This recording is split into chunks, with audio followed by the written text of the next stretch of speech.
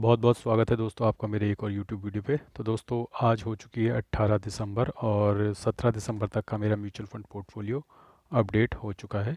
जैसा कि आप देख सकते हैं कल मुझे 20,829 रुपये का नोशनल लॉस हुआ है और मेरा जो टोटल रिटर्न है वो अब 1,01,01,490 रुपये रह गया है। मेरी इन्वेस्टेड वैल्यू 26,85,000 है और मेरी करंट वैल्यू है 27,87,000 और मेरा एक्सआरआर अब लगभग 12% के आसपास है। तो आइए देखते हैं कल किस किस म्यूचुअल फंड ने मुझे नेगेटिव रिटर्न दिया और किसने पॉजिटिव। वैसे तो उम्मीद कम है कल किसी ने पॉजिटिव दिया होगा, लेकिन सरप्राइज़ हो सकता है, तो मैंने भी अभी तक देखा नहीं है। तो देखते हैं। मोतीलाल ओसवाल ने मुझे 718 रुपये का नेगेटिव रिटर्न दिया है। कौन स्मॉल कैप ने 1901 रुपये का मुझे नेगेटिव रिटर्न दिया है। निपॉन इंडिया स्मॉल कैप ने 1464 रुपये का मुझे नेगेटिव रिटर्न दिया है। निपॉन इंडिया लार्ज कैप ने 1900 रुपये का नेगेटिव रिटर्न दिया है। HSBC large and mid cap ने 195 का नेगेटिव रिटर्न दिया है। HDFC लार्ज एंड मिड ने 1742 रुपये का नेगेटिव रिटर्न दिया है। कॉन्ट मिड कैप ने 1769 रुपीज़ का नेगेटिव रिटर्न दिया है। HDFC टॉप 100 ने 1723 रुपये का नेगेटिव रिटर्न दिया है।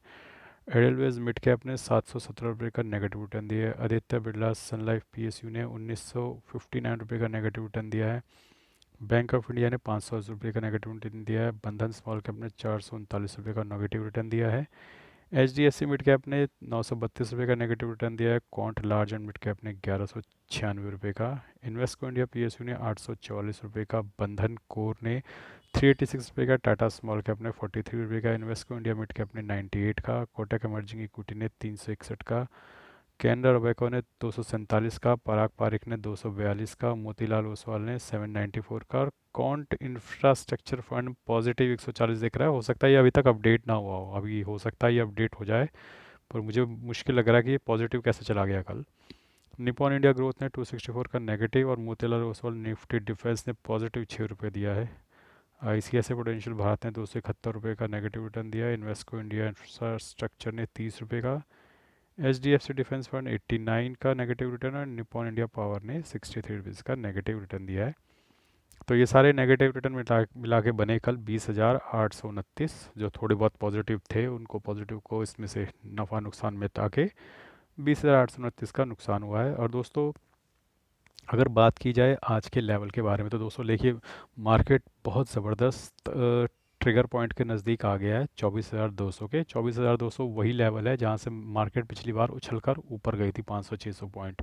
अब ये ज़रूरी नहीं है कि आज बार भी ऐसा ही हो, लेकिन 24,000 से लेके 24,200 के बीच में बहुत अच्छे लेवल है, यहाँ पर आपको बाय करना चाहिए। अगर मान लीजिए आपके पास 1 लाख रुपया है तो आपको यहाँ पे 30 से 40% अपना कैपिटल डाल देना चाहिए एज अ लमसम, मेरा ये मानना है।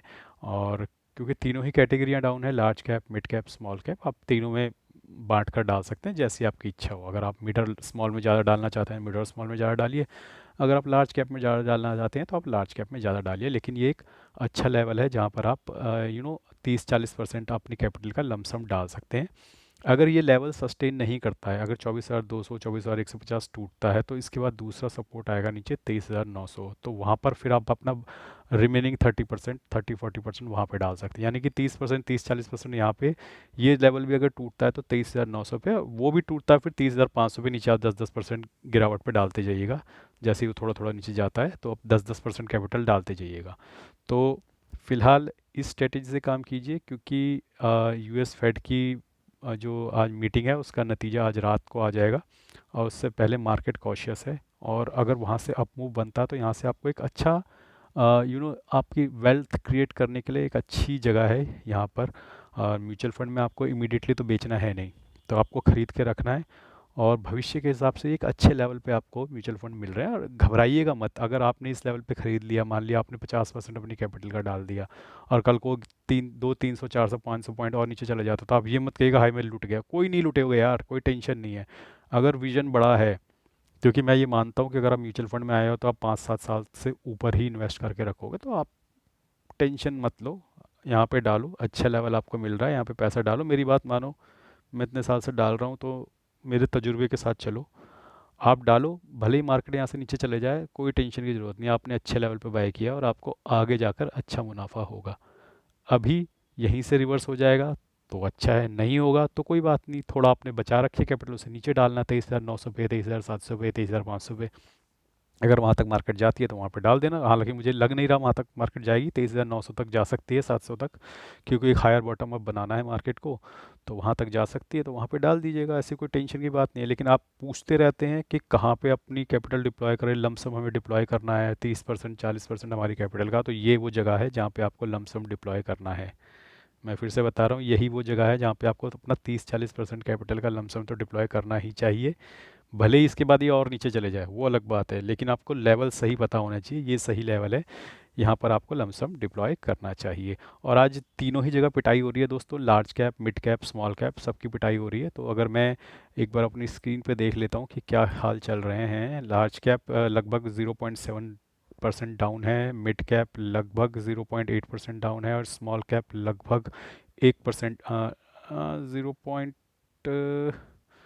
0.78% डाउन है। यानी कि आज ज़्यादा पिटाई मिड कैप और स्मॉल कैप की हो रही है। देखिए जनरली दोस्तों, मैंने कल के वीडियो में भी शायद ये बात बताई थी कि जैसे कल लार्ज कैप की पिटाई हुई थी, तो आज बारी स्मॉल कैप और मिड कैप की थी कि आज उनकी पिटाई होगी। तो ये तो रूटीन है, ये बात आपको देखनी पड़ेगी कि पहले अगर जो पिट गया तो अगले दिन दूसरे वालों की पिटाई होगी।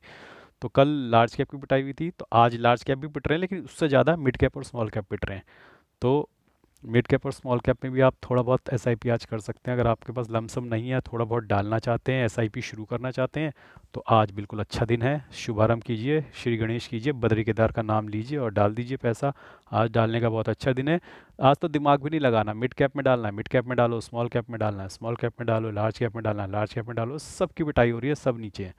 तो आज दिमाग लगाना ही नहीं है, आज तो आंख बंद करके डालो जिसमें भी डालना है। और जैसा मैंने लेवल बता रखे हैं उसके हिसाब से आगे भी आप म्यूचुअल फंड बाय कर सकते हो। आज क्योंकि गिरावट थी तो मैंने थोड़ा सा एवरेज आउट करने की कोशिश की। मैंने C P S C E T F लिया है एक, 10 क्वान्टिटी 20 क्वान्टिटी लिए, बहुत ज़्यादा नहीं लिया, सस्ता ही है, ये 80 रुपये का 82 रुपये का शेयर है। और टाटा मोटर्स की मैंने 2 क्वान्टिटी, क्योंकि मेरे पास टाटा मोटर्स के ऑलरेडी शेयर पड़े हैं, तो मुझे एवरेज आउट करते रहना पड़ेगा स्ट्रेटेजिकली। मैं शेयर्स को ऐसे पड़े नहीं रहने दे सकता। अगर टाटा मोटर्स गिर रहा है या मेरा कोई शेयर गिर रहा है, तो मैं उसको एवरेज आउट करता रहता हूँ, ताकि सही समय आने पर ये मुझे फटाफट प्रॉफिट दे और मुनाफा दे और मैं यहाँ से एग्जिट करूँ। तो जैसा कि आप देख सकते हो कि आज तो सिर्फ मेरा रिलायंस का एक शेयर है जो पॉजिटिव में चल रहा है। बड़ी सरप्राइजिंग बात है कि निफ्टी की तो पिटाई हो रही है, लेकिन रिलायंस आज होल्ड किए हुए है। अगर रिलायंस भर भरा के नीचे गिर गया तो आप समझिए निफ्टी तो टूट जाएगा पूरा।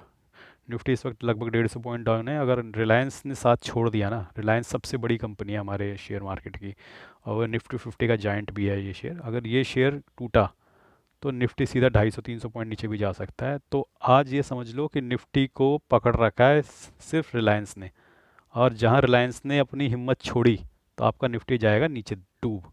रिलायंस कोई छोटा मोटा शेयर नहीं है दोस्तों, निफ्टी में भी इसकी सबसे ज़्यादा वेटेज है, ओवरऑल हमारे शेयर मार्केट में भी इसकी सबसे ज़्यादा वेटेज है। तो ये बाप शेयर है हमारे शेयर मार्केट का। तो आज इसने होल्ड किया हुआ है निफ्टी को, और या फिर मैनेज किया जा रहा है रिलायंस की जगह, क्योंकि आज बाकी तो पिट रहे होंगे सारे जॉइंट्स, रिलायंस किसी तरीके से निफ्टी को पकड़ के बचा हुआ है, रखा हुआ है। और अगर रिलायंस ने हाथ छोड़ा तो समझो निफ्टी सीधा कुएं में जाएगा। बाकी आप देख सकते हो कि इंडसइंड बैंक की भी पिटाई हो रही है, ये भी निफ्टी 50 का शेयर है। टाटा मोटर्स देखो 2.5% गिर चुका है, ये भी निफ्टी 50 का शेयर है। निफ्टी 20 तो निफ्टी का ही ETF है।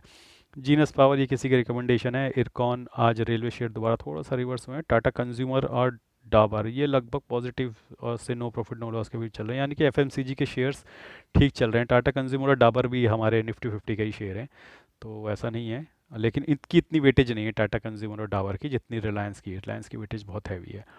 तो आप देख सकते हैं कि इधर भी सिचुएशन डामाडोली है और पोर्टफोलियो नेगेटिव में बढ़ता जा रहा है। और जब नेगेटिव में जा रहा है तो मुझे उसे एवरेज आउट करना पड़ता है। मैं चीज़ों को खाली छोड़ता नहीं हूँ, मैं एवरेज आउट करता हूँ और समय के साथ वो फिर मुनाफे में निकलती हैं। तो आज मैंने एवरेज आउट करने की कोशिश भी की, वो दिखाया मैंने आपको। C P S C ETF, Nifty 20 और टाटा मोटर्स मैंने ख़रीदे हैं। देखिए निफ्टी 20 तो अभी अभी जो मैंने एक बिड लगा रखी थी उसमें अब भी बाय हुआ है निफ्टी 20, तो अभी तक तो मैंने आपको दिखाया था थोड़ी देर पहले, C P S C ETF और टाटा मोटर्स थे। अब निफ्टी 20 भी मैंने 270.5 पे बिड लगा रखी थी, तो जैसे ही वो उस पर हिट किया तो वो आ गया है। मुझे लगता है काफ़ी तेज़ी से निफ्टी 50 गिरा है, क्योंकि अचानक से तोड़कर नीचे चला गया है। चलिए ठीक है दोस्तों, आई थिंक आज के लिए बस इतना ही है। और आई होप आपको समझ आई है। देखिए निफ्टी 50 तेज़ी से नीचे गया है, क्योंकि वो जो मैंने बिड लगा रखी थी उसमें बाइंग हो गई है। चलिए ठीक है दोस्तों, ये अच्छा अच्छा लेवल है, घबराइए मत। क्योंकि मैं बाकी यूट्यूबर के बारे में तो मुझे नहीं पता, लेकिन मैं तो अपना पोर्टफोलियो आपको दिखा रहा हूँ और मैं बाइंग कर रहा हूँ। आज भी शायद मैं बाइंग करूँगा 2 बजे से पहले। तो आप भरोसा रखिए, बाकियों का तो नहीं पता, लेकिन एक छोटा सा यूट्यूबर है मैं, जो आपके साथ खड़ा हूँ और बाइंग कर रहा हूँ आपको भरोसा दिलाने के लिए। तो बाकी लोग मुझे नहीं पता, वो आपको हवा हवाई बातें कर रहे होंगे, ऐसे कर लो वैसा कर लो, लेकिन मैं तो पोर्टफोलियो भी दिखा रहा हूँ और बाइंग भी करूँगा आज। तो आप रेस्ट अश्योर कि मैं सिर्फ ऊपर ही हवा हवाई बातें नहीं कर रहा हूँ, मैं आपके साथ ही हूँ और आपके साथ मैं भी लॉस ले रहा हूँ। जब मैं इन्वेस्ट कर रहा हूँ तो मैं भी लॉस ले रहा हूँ, क्योंकि भविष्य में प्रॉफिट हो इसलिए आज लॉस लेना पड़ेगा। तो मैं लॉस ले रहा हूँ, आपके साथ खड़ा हुआ हूँ, तो आप टेंशन मत लो, भरोसा रखो। आज के लिए बस इतना ही, धन्यवाद, गुड बाय।